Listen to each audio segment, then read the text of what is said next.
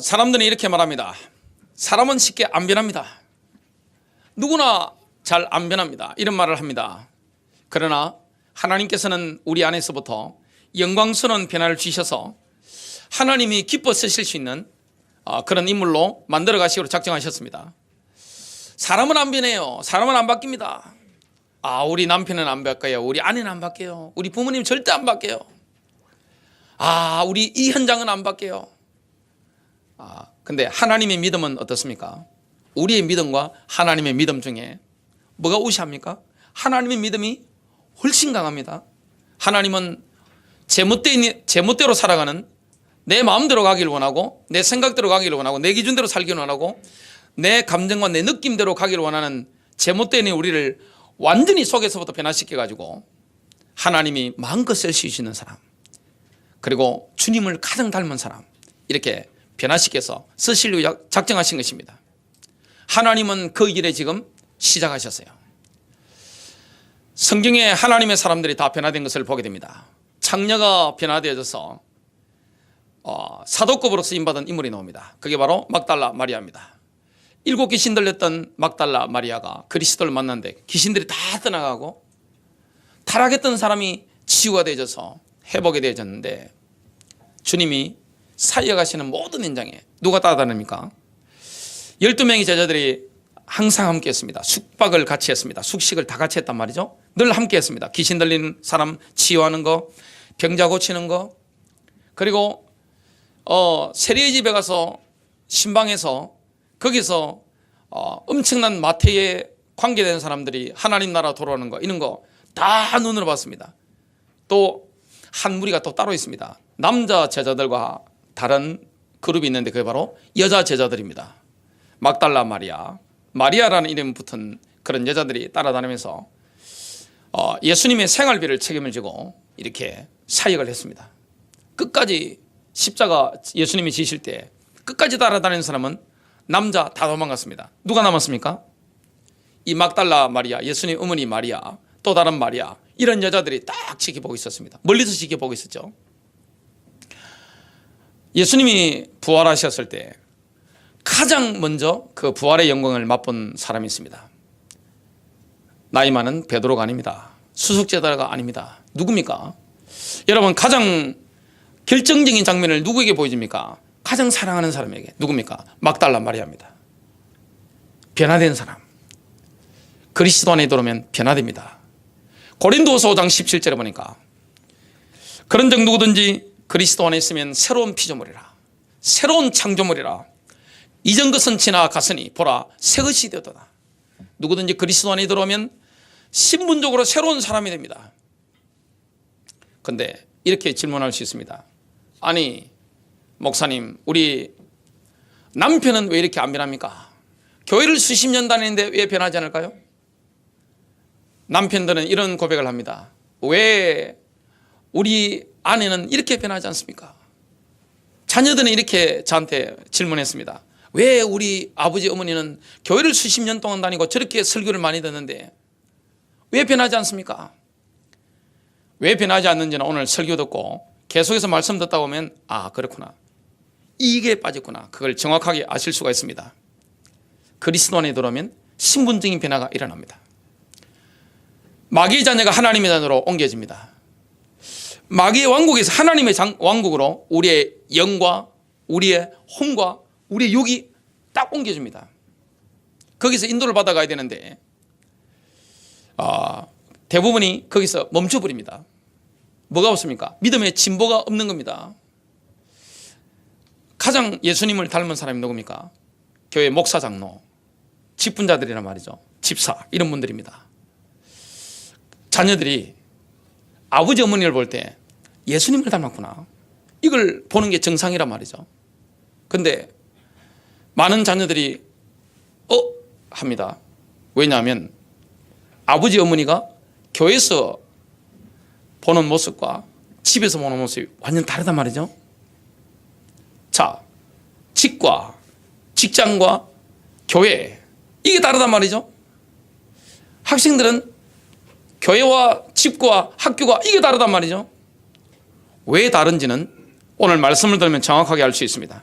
하나님은 거대한 프로젝트를 시작하셨습니다.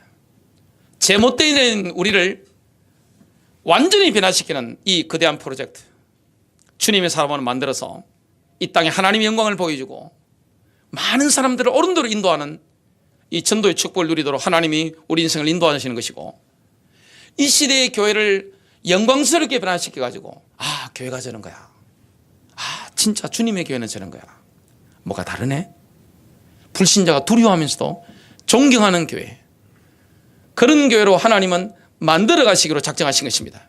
이 일에 하나님이 저와 여러분을 또 선한 목자 교회를 지금 부르시는 줄로 믿으시길 바랍니다. 우리 주위에도 보면 변화받은 인물들이 많습니다. 예수를 믿는데 1년이 다르고 2년이 다르고 3년이 다르고 10년이 다르고 20년이 다르고 이게 막 성장해 간단 말이죠. 아이들은 자기밖에 모릅니다.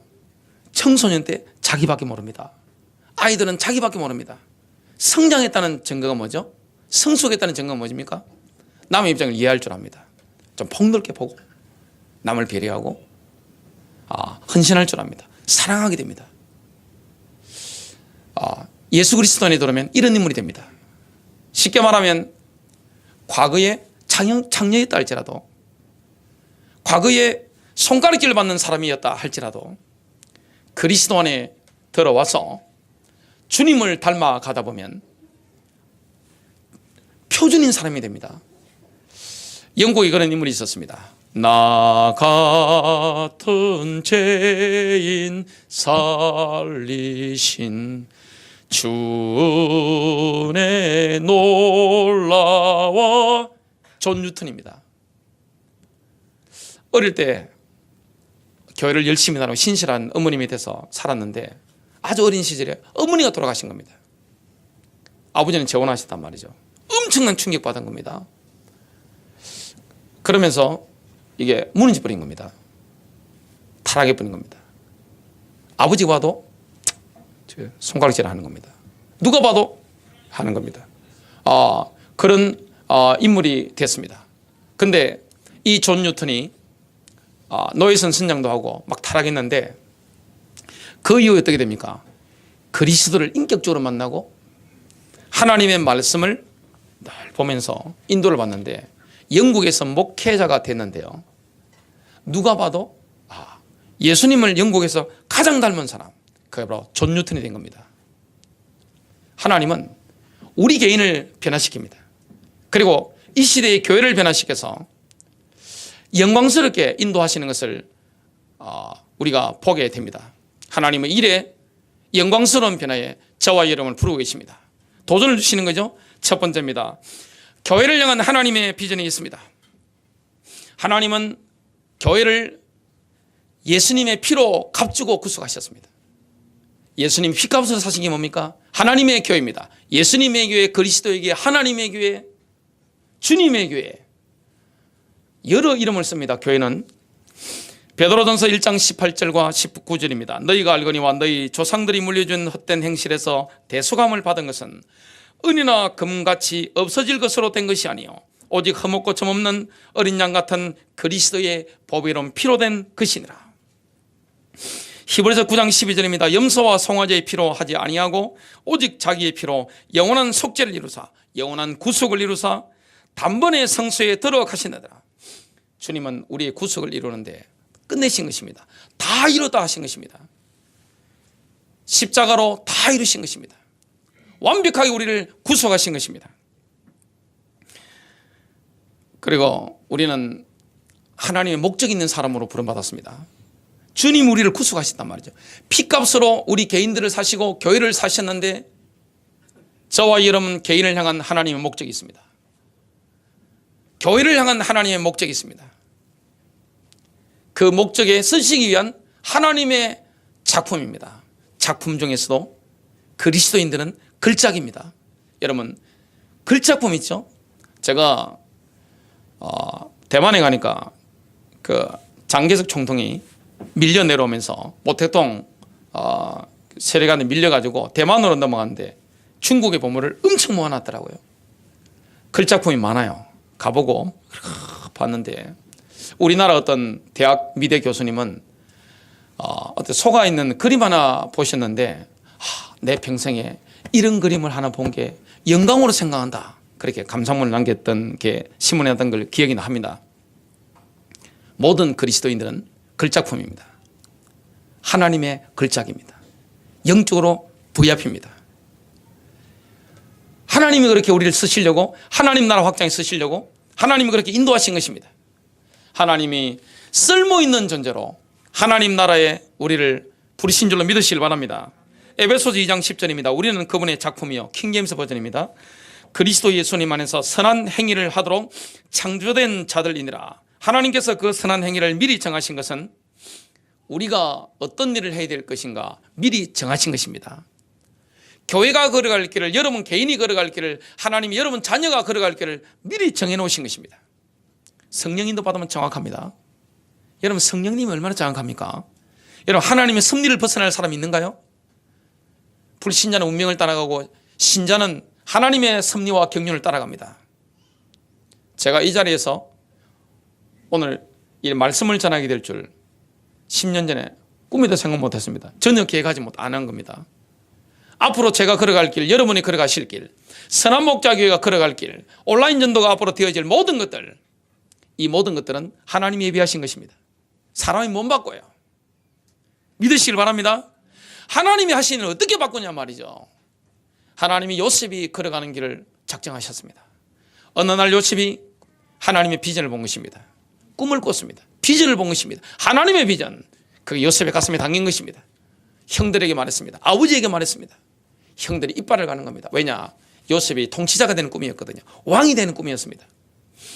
이스라엘 역사책을 보면 나중에 요셉은 실제 이집트의 왕이 됩니다. 물론 파라오라는 황제가 따로 있는데 실권을 잡은 보좌에 앉은 왕이 됩니다. 요셉이 앉은 보좌에는요, 황금 보좌입니다. 으리으리합니다. 이 역사의 기록이 남아있는 것입니다. 그 앞에 형들이 와서 다 엎드린 겁니다. 고개도 못 들어요. 왜냐? 생사의 탈권을 쥐고 있는 실제 왕입니다. 그게 요셉이 된 것입니다. 요셉이 가는 길을 사람이 못 막아요. 어떻게 막을 수 있나요? 하나님이 여러분 인생길을 향한 계획들이 있고, 이 시대의 교회를 향한 계획이 있고, 대한민국의 계획이 있는데, 비전이 있는데 이걸 누가 막나요? 여러분 믿음으로 사시길 바랍니다. 오직 의인은 믿음으로 말미암아 살리라.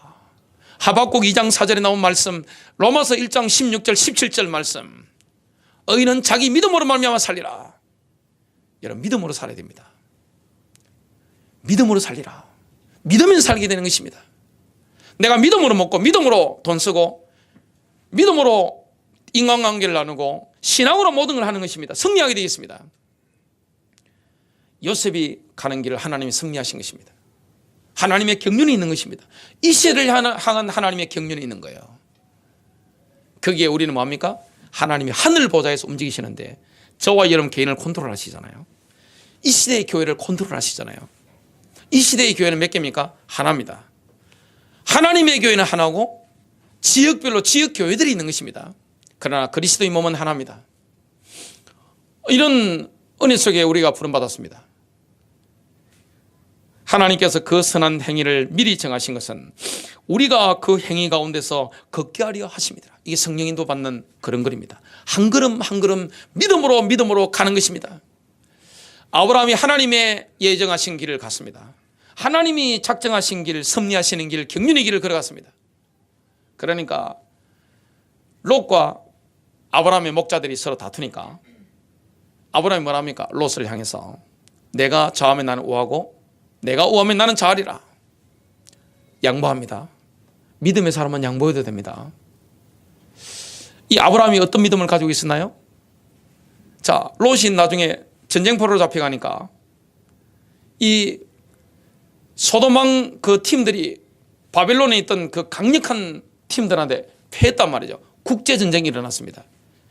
그때 아브라함이 롯을 구출하기 위해서 강력한 왕들을 가서 기습 공격해가지고 318명, 이 318명은 특수부대입니다.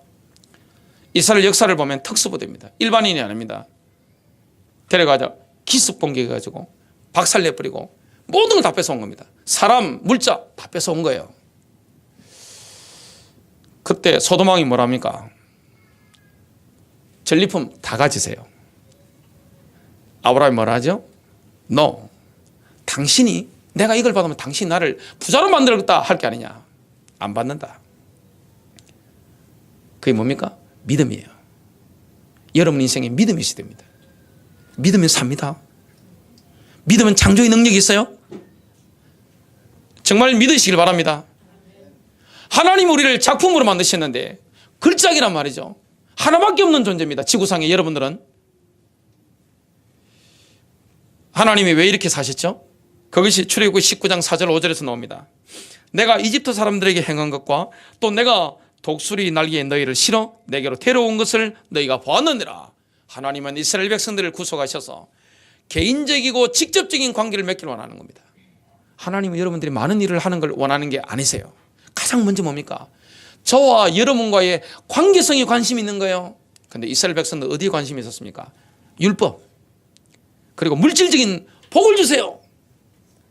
또 가나안 땅 점령하는 거, 여기 관심이 있는 겁니다. 하나님하고 핀트가 안 맞는 거예요. 하나님이 우리를 왜 구속하셨죠?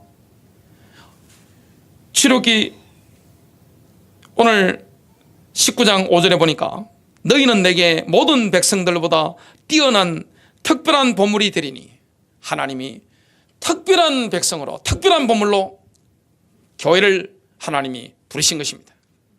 하나님의 부르심은 개인적이기도 하고 집단이기도 합니다. 하나님은 이 시대의 교회를 세우길 원하시는 겁니다. 그래서 진정한 하나님의 교회는 뭡니까? 전 세계적인 교회는 눈에 보이지 않는 영적인 교회입니다. 불신자가 이걸 볼 수 없잖아요. 영적인 실제를 어떻게 봅니까? 여러분 안에 계신 그리스도 어떻게 봅니까? 영적인 실제인 교회가 어떻게 보입니까? 보이지 없단 말이죠. 실제적인 사실적인 교회인데 이게 안 보인단 말이죠. 주님께서는 눈에 보이지 않는 교회를 세상 불신자들에게 눈에 볼 수 있도록 보여주기를 원합니다. 그게 뭡니까? 사랑의 공동체입니다. 그게 초대교회에 나옵니다. 교회는 사랑의 공동체입니다. 하나님의 가족입니다. 서로 피차 뜨겁게 사랑하는 가족이 뭡니까? 바로 교회입니다. 교회는 할 수 없어서 조직 시스템이라는 표현을 씁니다만은 사실 조직도 아니고 시스템도 아니고 뭡니까? 영적 유기체입니다. 영적인 몸이란 말이죠. 세상에서는 뭘 봅니까? 사랑이 없잖아요. 얼마나 냉정합니까? 세상은 사랑이 없잖아요. 냉정해요. 돈 앞에 형제자매가 어디 있습니까? 돈 있으면 살인도 하는 세상입니다. 모든 게 돈 중심으로 움직이는데 사랑이 어디 있습니까? 진정한 사랑입니까? 내 목적을 위해서 부인도 이용하잖아요. 남편도 이용하잖아요. 이게 사랑입니까? 진정한 사랑은 뭡니까? 하나님이시는 그 사랑입니다. 주님이 나를 사랑하셨기 때문에, 나를 받아주시기 때문에 내 가슴에서, 내 복장에서 끌어오르는 겁니다. 이게 전도입니다.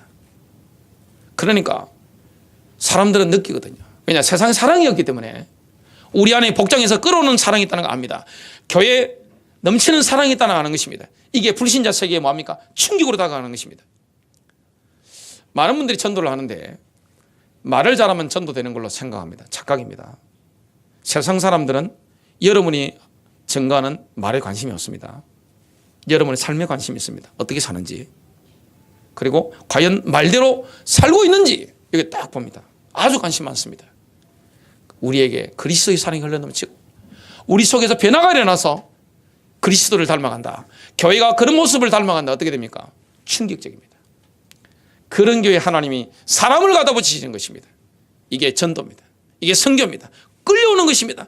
강한 자장의 자석에 쇠붙이가 끌려오듯이 막 끌려오는 거예요.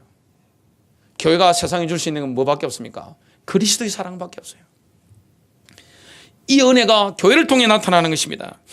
두 번째입니다. 하나님이 의도하신 대로 우리가 특별한 백성으로 만들어지기 위해서는 변화의 과정이 필요합니다. 이 모습이 이대로 어떻게 쓰임받아요? 이기적이고 나밖에 모르고 가족들도 내 목적을 위해서 이용하고, 이게 뭐 사랑입니까? 여러분 고린도전서 13장에 보면 사랑장이 나옵니다. 사랑이 어떤 것인지 나옵니다. 주님이 땅에 뭘 주셨습니까? 하나님의 사랑을 주셨잖아요. 쉽게 말하면 뭡니까? 피까지 흘려주신 것입니다. 뼈까지 다 발라주신 것입니다. 이게 사랑입니다. 가정이 회복됩니다. 교회가 회복됩니다. 구역이 천국으로 바뀝니다. 가정이 천국으로 바뀌는 거예요. 저와 여러분이 가는 곳곳마다 사람들은 알거든요. 사람은 왜 모릅니까? 왜 교회를 모릅니까? 이렇게 우리가 주님이 원하시는 대로, 하나님이 의도하신 대로 우리 개인이 만들어지고 교회가 만들어지려고 하면 우리 속에서부터 변화되는 과정이 필요한 것입니다. 하나님이 이 거대한 프로젝트에 지금 착수하신 것입니다. 주님은 우리를 변화시키길 원합니다. 주님은 교회를 변화시키길 원합니다. 거기에 모델적인 교회로 하나님이 저와 여러분을 불러주신 줄로 믿으시길 바랍니다. 우리 안에서 변화되는 거예요. 그래서 우리 안에서 변화되는 첫 번째가 뭡니까? 하나님을 향한 완전한 헌신입니다. 주님은 우리를 승리하도록 부르셨습니다. 여러분, 예수님이 부르시는데 실패하도록 제자를 부르셨나요? 마태복음 4장 18절부터 20절에 보니까 이렇게 말씀합니다. 예수께서 갈릴리 바닷가를 지나시다가 두 형제 곧 베드로라는 시몬과 그의 형제 안드레가 바다에 그물 던지는 것을 보시니 그들은 어부더라. 저는 갈릴리 바다를 가봤는데요, 현장이 떠오릅니다. 어부들이 지금 그물을 던지고 있는 겁니다. 그 모습을 예수님이 보신 겁니다. 그분께서 그들에게 이르시되 나를 따르라. 내가 너희를 사람들을 낚는 어부가 되게 하리라 하시니 그들이 즉시 자기들의 그물을 버려두고 그분을 따르니라. 하나님을 향한 완전한 헌신인데요, 예수님께서는 별다른 설명이 없습니다. 단도직입적으로 말씀하셨습니다. 나를 따르라. 나를 따라오너라. 이것은 예수님을 향한 헌신에는 타입이 없다는 것을 말씀합니다. 중간지대가 없는 거예요. 영적인 세계는 중간지대가 없는 거예요. 회색지대가 없는 거예요. 예스냐 노냐밖에 없는 것입니다. 주님이 부르실 때 아멘, 예, 아멘, 그렇습니다, 맞습니다. 주님, 제가 주님을 따라가기를 원합니다. 아멘. 이 응답이 있게 되시길 바랍니다. 왜 교회가 변하지 않죠? 왜 그렇게 설교를 들었는데 왜 오랫동안 교회 생활을 하는데 변화되지 않죠? 교회 생활하는 거하고 신앙생활이 다를 수 있다는 사실을 아셔야 됩니다. 목회자와의 관계가 좋은 것하고 예수님과의 관계가 좋은 게 이꼬로 될 수 있지만 다를 수 있다는 사실을 명심하셔야 됩니다. 신앙은 주님과의 관계입니다. 교회가 주님과의 관계가 좋아야 돼요. 그러려면 뭐 해야 됩니까? 하나님을 완전한 헌신입니다. 내가 내 인생의 모든 걸 뭡니까? 주님께 거는 것입니다. 주인이 바뀌는 거예요. 이제는 내가 내 인생을 살았다면 이제는 주님이 내 인생을 사는 것입니다. 여러분, 선한목자교회 주인이 누구십니까? 은행에 가니까 주인이 저더라고요. 이렇게 뭐 대표자 해가지고 오르니까. 근데 실제 주인이 누구예요? 목사는 종일 뿐입니다. 주님의 종. 선한 목자이신 예수님의 교회입니다. 그래서 교회 이름을 가장 복음적인 이름을 했습니다. 선한 목자이신 예수님의 교회, 선한 목자교회. 이게 가장 복음적인 겁니다. 예수님은 선한 목자시잖아요. 교회는 누구의 통치를 받는 데입니까? 성령님의 통치를 받는 데예요. 하나님의 통치를 받는 거예요. 예수님이 타입이 없는 것을 말씀하셨는데요, 마태복음 16장 24절부터 25절은 이렇게 말씀합니다. 이에 예수께서 제자들에게 이르시되 누구든지 나를 따라오리거든, 누구든지입니다. 나를 따라오리거든 자기를 부인하고 내 감정 내려놔야 됩니다. 내 느낌 내려놓으셔야 돼요. 내 생각, 내 기준 내려놓으셔야 됩니다. 하나님 말씀 따라가야 됩니다. 내 마음의 의지, 원하는 거, 강력한 고집 내려놔야 됩니다. 하나님 뭘 원하시는지 기도해보면 바로 알게 되어 있습니다. 내 생각 중요한 게 아니에요. 하나님 말씀이 중요한 것입니다. 자기를 부인하고, 어떨 때 저는 울면서 따라갑니다. 저를 쳐서 복종시킵니다. 제 인격이 안 될 때가 있으니까 성령님이 은혜 달라고 저는 하나님 앞에 늘 갈급하게 그렇게 합니다. 하나님 은혜 주세요. 따라가면, 믿음으로 순종하면 그때마다 믿음의 진보가 있더라고요. 그때 변화가 일어나는 것입니다. 내 안에 변화가 일어나야 되는데, 교회 안에 변화가 일어나는데, 그럼 뭡니까? 우리 개인이 주님께 헌신해야 되는 것이고 교회가 주님께 헌신해야 되는 것입니다. 그래서 교회는 세상 조직이 아닙니다. 성령이 마음껏 쓰셔야 되는 겁니다. 성령님께서 여러분들을 쓰셔야 되는 것이고 교회를 쓰셔야 되는 것입니다. 주님의 손에 붙잡히는 축복이 되시기를 주님의 이름으로 축복합니다. 나를 따라오려거든 자기를 부인하고 자기 십자가를 지고, 여러분이 십자가를 지세요. 나를 따를 것이니라. 누구든지 제 목숨을 구원하고자 하면 잃을 것이요, 누구든지 나를 위하여 제 목숨을 잃으면 찾으리라. 오늘날 교회 등록교인이 되는 것은 너무나 쉬운 일이에요. 등록 빨리 하세요, 등록하셔야 됩니다, 이런 말을 들을 수 있습니다. 아무런 도전을 주지 않습니다. 그냥 편하게 은혜 받으세요. 얼마나 틀린 말인지 모릅니다. 주님은 뭐라고 하십니까? 나를 따라오너라. 너 나를 위해서 너 인생 들을 수 있니? 나를 믿니? 나를 믿고 따를 수 있니? 주님 물으시는 거예요. 왜 변화가 되지 않습니까? 복장을 뜯어 고쳐야 됩니다. 불신자들이 교회 다니는 분들 보고 복장부터 뜯어 고치라 하잖아요. 말만 하지 말고. 왜 그렇습니까? 내 복장, 내 가슴에서 원하는 게 내가 원하는 욕심이 되면 안 되는 거예요. 하나님을 나의 집사처럼 움직이면 안 되는 거예요. 집사, 목사, 영어로 원뜻이 뭡니까? 서번트입니다. 종입니다. 주님의 종입니다. 하나님 이거 들어주셔야 돼요. 이 응답 주셔야 돼요. 이 문제 해결해 주셔야 돼요. 이 수준 돼서는 안 되는 것입니다. 너희는 먼저 그의 나라와 그의 의를 구하라. 그리하면 이 모든 것을 너희에게 더하시리라. 여러분, 먼저 주님의 나라와 의를 구하십시오. 주님께 먼저 헌전하십시오. 여기 타협이 없는 거예요. 회색 지대에 머무르시면 안 되시는 거예요. 나를 던져야 되는 거예요. 여기는 엄청난 도전을 주는 거예요. 제자들이 나중에 실패했습니까? 물질적으로 손해봤어요? 손해본 거 없습니다. 여러분, 교회가 주님을 따라가면, 주님께 헌신하면 물질적으로 손해봅니까? 요즘 물질이 다 생명이니까요. 손해보지 않습니다. 주님을 믿고 따라가면 영육간의 복입니다. 이 땅에서 100배, 내세의 영생, 하늘의 상급으로 하나님 역사하시는 거예요. 하나님을 내 기준에 맞추시면 안 됩니다. 내 욕심에 맞추면 안 됩니다. 제가 이전에 설교할 때 굉장히 재밌는 이야기도 많이 했습니다. 인간적인 이야기도 세상적인 이야기도 많이 섞어서 했습니다. 그 설교 듣고 온라인 전도로 해서 인터넷으로 찾아온 우리 청년도 여기 앉아 계십니다. 교회 개척하면서 제가 설교 스타일을 많이 바꿨습니다. 좀 재미없더라도 하나님 말씀을 전해야 된다. 말씀이 씌워져야 되는 겁니다. 바울이 뭘 설교했습니까? 예수님 어떤 설교를 하신지 성경을 보세요. 주님의 설교가 뭔지 사복음서를 보시기 바랍니다. 베드로, 요한, 바울, 야고보 사도가 어떤 설교를 했는지 성경을 한번 보시기 바랍니다. 인간적인 이야기 했나요? 여러분, 감정을 이렇게 하는 게 한 적 있습니까? 없습니다. 어떨 때는 말씀 읽을 때 섬찟섬찟합니다. 그리고 어떨 때는 눈물도 흘립니다. 회개도 막 나옵니다. 이 말씀입니다. 여러분, 하나님 앞에 헌신이 없으면, 예수님을 향한 완벽한 헌신이 없으면, 회색지대 머무르겠으면 복장이 안 변해요. 내 속에서 변화가 일어나지 않는 것입니다. 이것도 아니고 저것도 아니면 응답이 오지 않는 것입니다. 하나님은 우리를 도전하는 겁니다.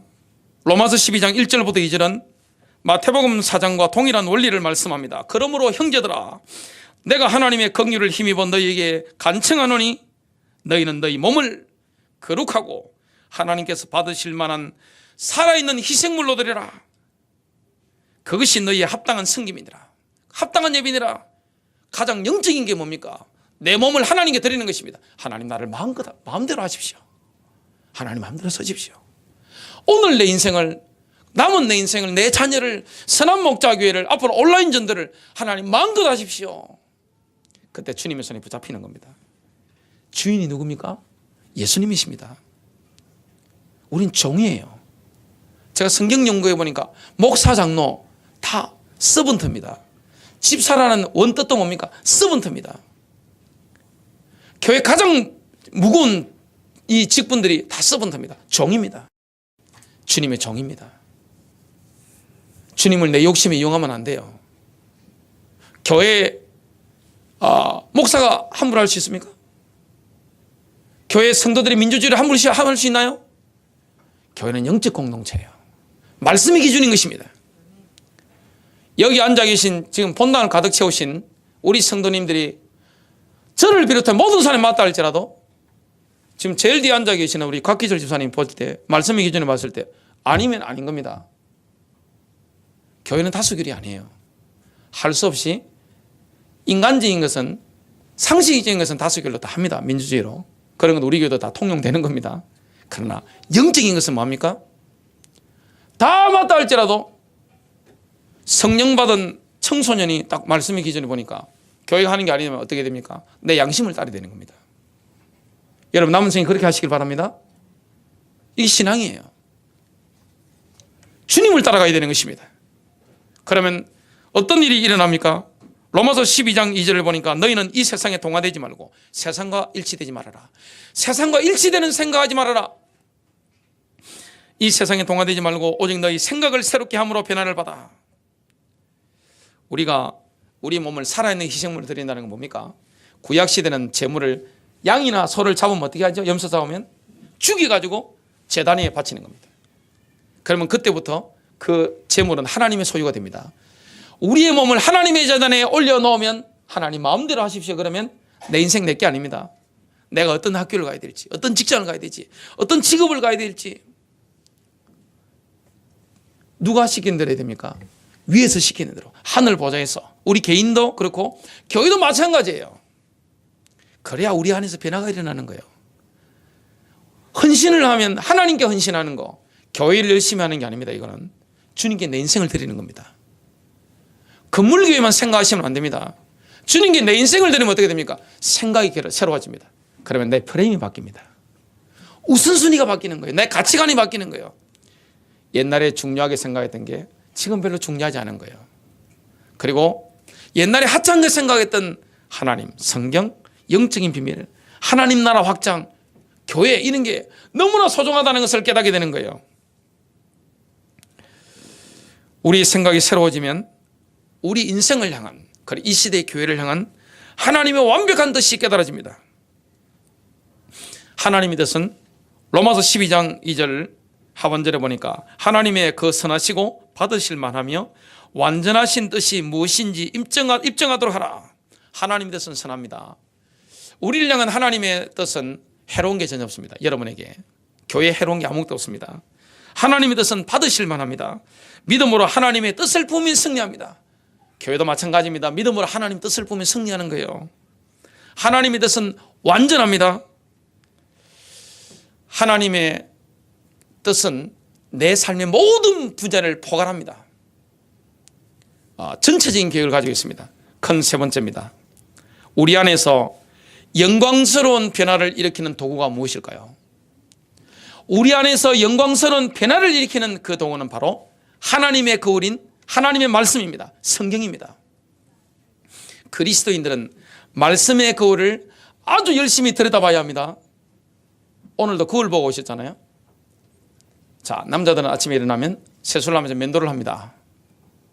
머리도 이렇게 아침에 저는 샤워하고 이렇게 다듬고 왔습니다. 거울을 몇 번 본지 모르는데 넥타이 메고 와야 되니까, 또 복음에 기스나면 안 되니까, 여러분들 설교 들으시다가 목사님 넥타이가 왜 삐뚤어졌어요? 이렇게 느끼면 또 안 되잖아요. 생각 뺏기니까 신경 쓰고 다 했습니다. 여자분들 화장하시잖아요. 거울을 봅니다. 티가 묻었네. 거울을 본단 말이죠. 열심히 들여다봐야 됩니다. 자, 우리가 이 말씀의 거울을 들여다보고 있으면 성경이 우리를 읽고 있다는 사실을 아셔야 됩니다. 왜 변화가 일어나지 않죠? 그래서 성도님들은 왜 우리 안에서 변화가 일어나지 않죠? 왜 예수 믿는데 1년 믿는 10년 20년 믿는데 30년 믿는데 늘 영적으로 어린아이에 머물러 있을까요?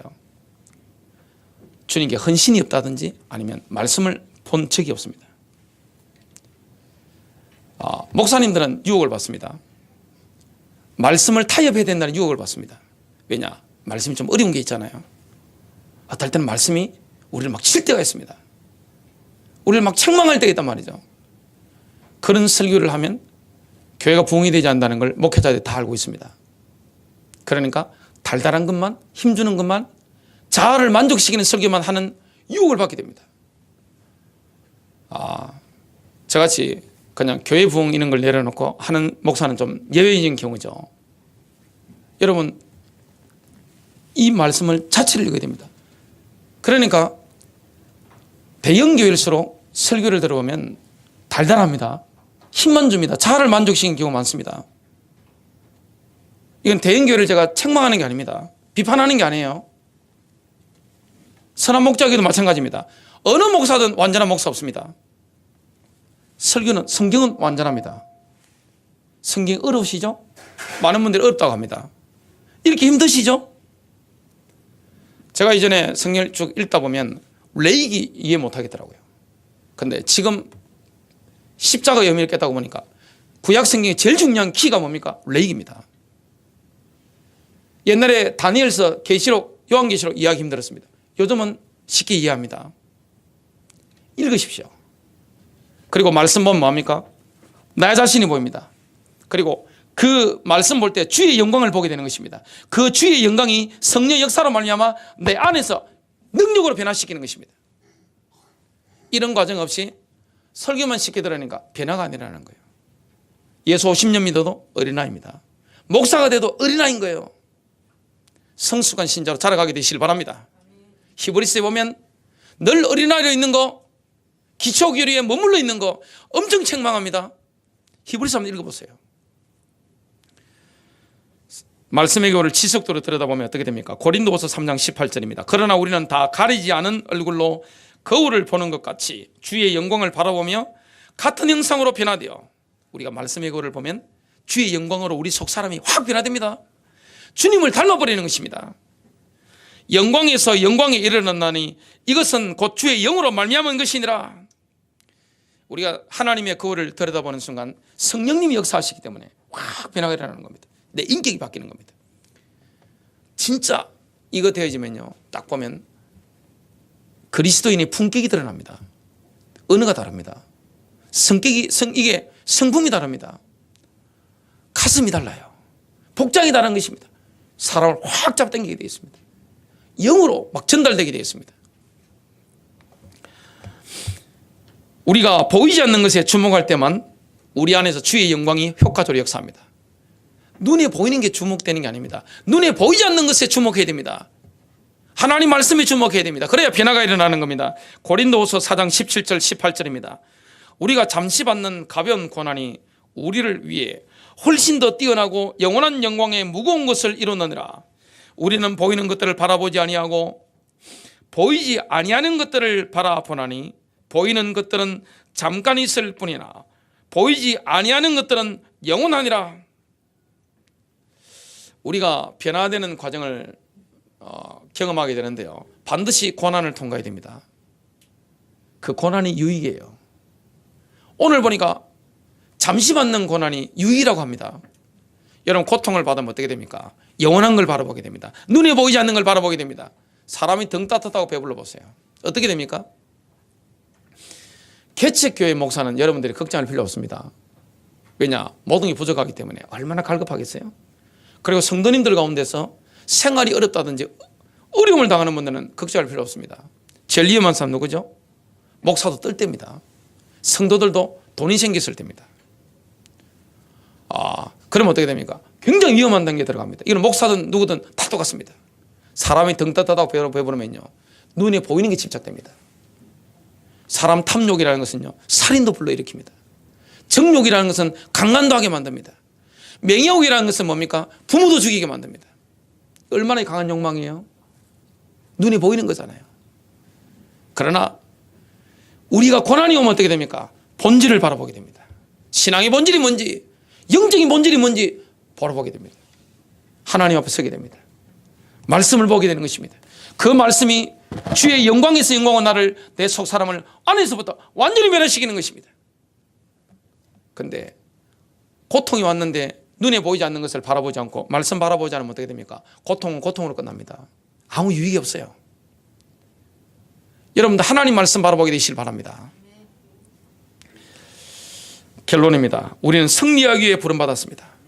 하나님은 제멋대로, 늘 제멋대로인 우리를 변화시키는, 우리 안에서부터 변화시키는 이 거대한 프로젝트에 지금 돌입하셨습니다. 사람은 안 변합니다. 이게 사람들의 믿음인데 우리 안에서 우리를 변화시켜 나가는 겁니다. 교회를 변화시켜 나가는 겁니다. 말씀의 거울을 보면서 여러분 승리하게 되시길 바라고, 여러분 그리스도께 완전한 헌신 있으시면 여러분 생각이 변화됩니다. 그리고 하나님의 뜻이 정확하게 와닿는 거예요. 승리하시기를 주님의 이름으로 축복합니다.